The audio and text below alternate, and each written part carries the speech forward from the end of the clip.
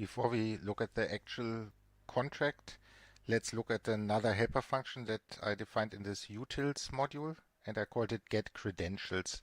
It takes a Plutus address, and if we look at the definition of a Plutus address, then we see that it is a record type with two fields, one address credential, which is the payment credential, and one address staking credential, which is the optional staking credential. So now what are these credentials? Let's see. So for credential, there are two cases. One is a pub key credential, which is given by a pub key hash, and the other one is a script credential, which is given by a validator hash. So these are the two cases of addresses, the ones that existed before Alonso, just corresponding to pub keys, and now with the dawn of Plutus, also those where spending is controlled by a validator. And the staking credential, there are also two cases.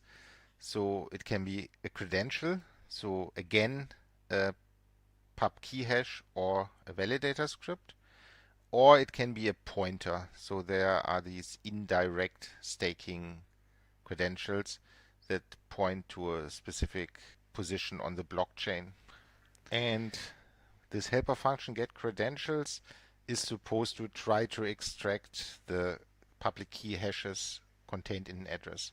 So the result will be nothing if it's a script address, and if it's not a script address, if it's a pub key address, then it will be a just with the corresponding payment pub key hash and optionally a staking pub key hash. So this is just a simple exercise in pattern matching. So if it's a script credential, the first part, then we immediately return nothing. If it's a pub key credential, then we have this component, and then we look at the staking part, and if that's not there, then we just return nothing here. If it's a pointer, then the overall result will be nothing again. And if it's staking hash, then again two cases. If it's a script, again the overall result will be nothing. And if it's pub key, then we return the corresponding stake pub key hash. So if any script is involved anywhere, or if such a pointer is involved, then we return nothing, and otherwise we give the pub key hash and optionally the stake hash.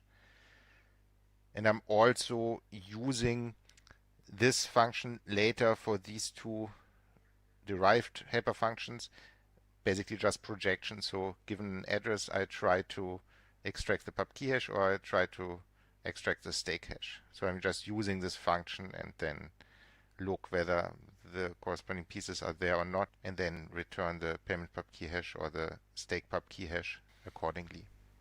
So with this preparation, we can now look at this module token.offchain, where I define the minting of tokens in the contract monad. So first I define a type for the parameters, and this is very similar to what we also used in the CLI. So I need the token name of the token to be minted, I need the amount that's supposed to be minted, and I need an address.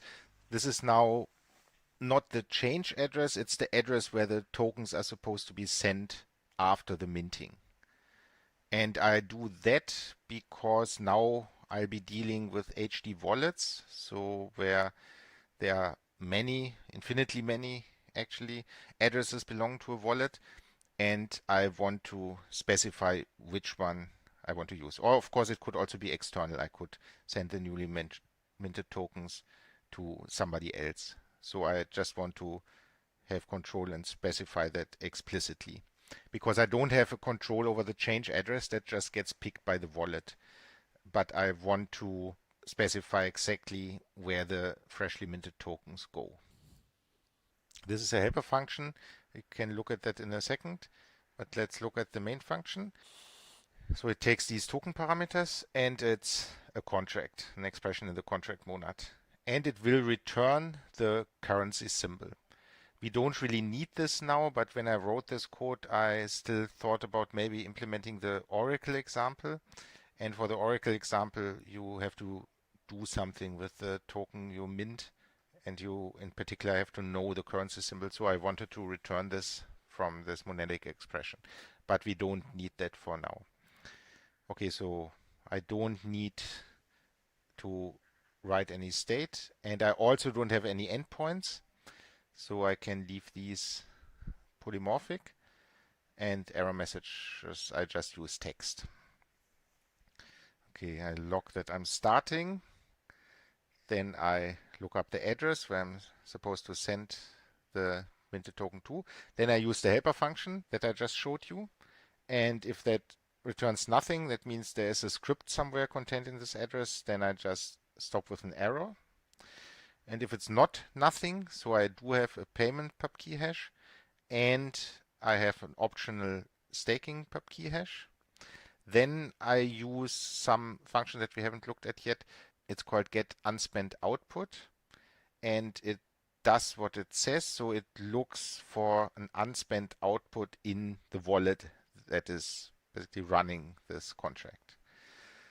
So I get a reference to this output. Then there's another function provided by the library called txOutFromRef. So given such a reference, it gives me the actual output. That could also fail, so it actually results in a maybe, but I know that the output is there because I just got this oref from this get unspent output. So I can be sure that there is an actual output there. So using from data.maybe and f mapping that over this contract, I get the actual output. So recall, contract is a monad, so it's in particular a functor. So from just goes from maybe A to A. So f mapping this from just into the contract monad now goes from contract maybe output to contract output. And this symbol here is just another way to write fmap. So I'm logging some information that I found this unspent output. I'm also looking up its value. So this output has a field CITXOut value. So I look up the value to log that. So now a couple of helper definitions. So I look up the token name from my parameters. I look up the amount. Now I compute the currency symbol. This comes from the on-chain part we looked at in the beginning. So there I had a function token policy to get the policy, and also a function token car symbol to get the currency symbol. And I now have this oref that I need as the first parameter, and the token name and the amount. So now I can compute the value that I want to mint. So recall in the CLI we pieced that together in the shell script. But here, of course, it's much higher level, so I can use the value singleton function, which takes the currency symbol that I now have, the token name and the amount, and then creates a value consisting of that. Now I want to have a constraint that says I want to pay this value to the given address. And this is now a bit unfortunate, and that's the reason why I had to give this get credential function, because there are, for the two cases, whether staking information is present or not, there are two different constraints in the libraries. So one is called must pay to pubkey, and it just takes a payment pubkey, and it will pay to the address where the staking information is nothing. It's not there. But if you want staking information, then you need a different constraint that's called must pay to pubkey address, and that takes the two pubkey hashes, the one for the payment and the one for the staking information.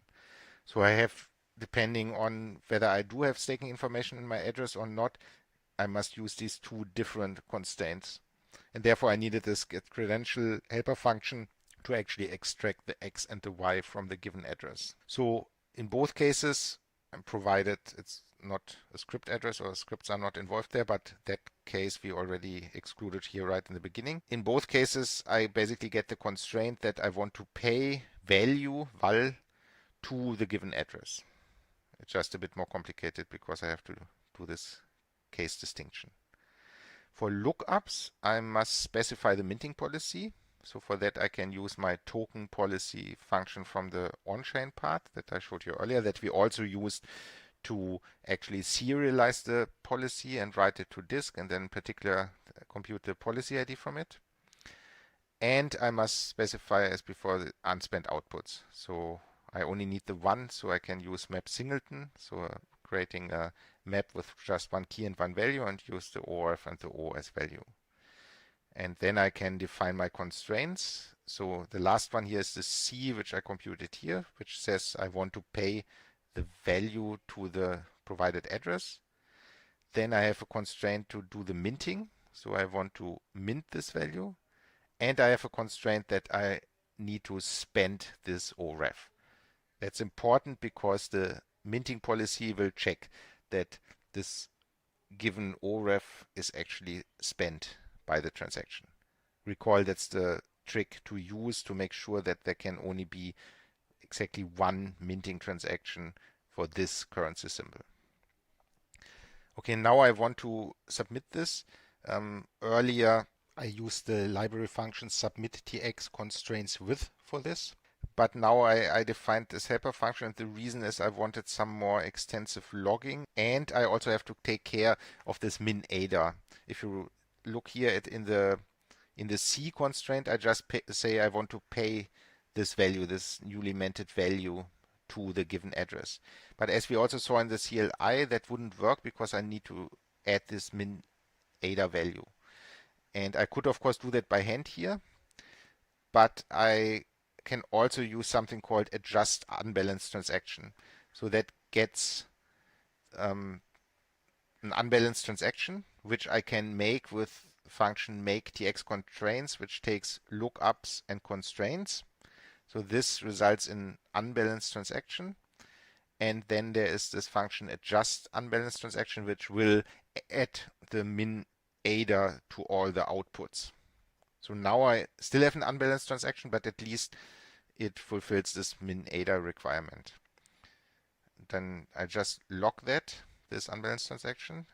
Now I can balance it. So there is a balance tx function, and I call the result unsigned because now it's balanced but unsigned. I log this. And finally there's something called submit balance tx, which takes a balanced unsigned transaction, signs it, and submits it. So that result I call signed, and I log that and return it. So we could do all of these steps except for the adjust unbalanced transaction one with what we used in the previous weeks. But I just wanted to split it into these steps, balancing, signing, and submitting, because I wanted to log all the intermediate results. Because when I first tried it, there was a problem and it didn't work, so I wanted as much information as possible.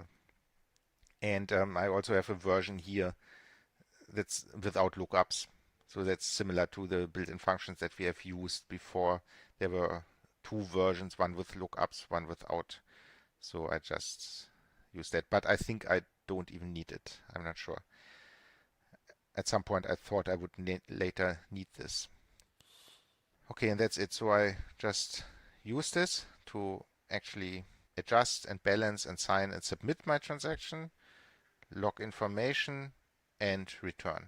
So in particular, note that this contract only submits this one transaction and then stops. So it's not running for long. It, in particular, is not blocking on endpoints. It doesn't wait for input from the user. It simply does its thing and then stops. I also wrote a simple emulator trace to test this. So it's in module week 6 trace. And it uses this simple version, run emulator trace IO. So I don't need to specify any specific initial condition. And all I do is I take the first mock wallet and then I activate my contract. For this wallet 1 mint token, I need to specify the W and the S parameters. Remember I said I could leave them polymorphic, I don't care. But in order to use it here in the emulator trace monad, I must specify two specific types. So I choose unit for the writer monad part because I'm not writing any information, and I use empty for the schema, so there are no endpoints. And as parameters, I just make up a token name, so USDT in this case, an amount 100,000, and as address I use wallet 1's address. So these mock wallets, they only have one address. So they are different to, for example, dataless wallets where you have these infinite addresses. And that's it. I can try this in the REPL test token. And I see that indeed I end up with one wallet that now has 100,000 USDTs. I wrote a second contract because I think it's better to explain the PAB if there's not just a single contract. And in particular, if there's not just a single contract that does have neither endpoints nor return any information nor run for a prolonged time. So as I said, the mint token contract that I wrote doesn't return any information to the user, it doesn't have endpoints, and it returns immediately. It submits the transaction, the minting transaction, and then stops. And that is not the typical behavior of contracts in the PAB. So to show more features, I wanted to have a different contract as well that behaves differently in this regard. It also doesn't have endpoints, so I don't have an example of a contract with endpoints because I personally feel that endpoints are not really that useful most of the time. But nevertheless, at least it's a long-running contract that will provide some information to the user, so I can demonstrate how to get that out of the PAB later. So the idea is it's a contract that monitors an address. So it takes an address as argument, as its only argument, and then it will query the blockchain and report the value sitting at that address. And it will do that forever. So how do I report this value? Well, I use the W parameter. And as I said before, that must be a monoid because the idea is that it starts with mempty, and then each time I tell a value, it gets appended to the current value. And in this case, I'm choosing the monoid last value. So what is this last? That comes from data.monoid. We can try it in the REPL. So if I ask for information last, we see it's simply a new type wrapper around maybe A. And the justification for it is that it changes the monoid instance of maybe A. And the idea is, as the name suggests, it always keeps the last just. So if I start, mempty, let's say I use, I don't know, characters. So the mempty is last nothing. So, but now if I have, let's say, last just A and append last just B, I now have the B. But if I now do a last nothing, it's still the B. So it remembers the last just, as I said. So if there never has been a just, it will be nothing, and as soon as there has been a just, it will remember that. So in our case, I want to, like in regular intervals, write the value I find at that address, and that means it will forget what used to be there before, and the state, the observable state, will always be the last value I found at that address. So that's a quite common choice, at least in simple examples for this monoid. I don't have endpoints, hence I can use empty for the schema here. So I just log a message in the beginning, and then I call this go, which will call itself recursively, so this runs forever. And in each iteration of this, I use UTXOs at for the given address to find all UTXOs at that address. And now I fold over these UTXOs. Remember, I want to find the value contained at that address, so I must add the values of all the UTXOs. And how do I do that? Well, I fold left over the UTXOs. I start with the empty value 0, and given the accumulator, the sum I have so far, and a new UTXO, a new output, I just add the existing value to the value contained in this output, using again this underscore CITX out value that I also used in the mint token for one of the log messages. So now V contains the sum of all the UTXO values at that address, and I simply tell that. I tell just V. Then I wait for one slot and I recurse. So every slot, this will update the observable state contained in this value.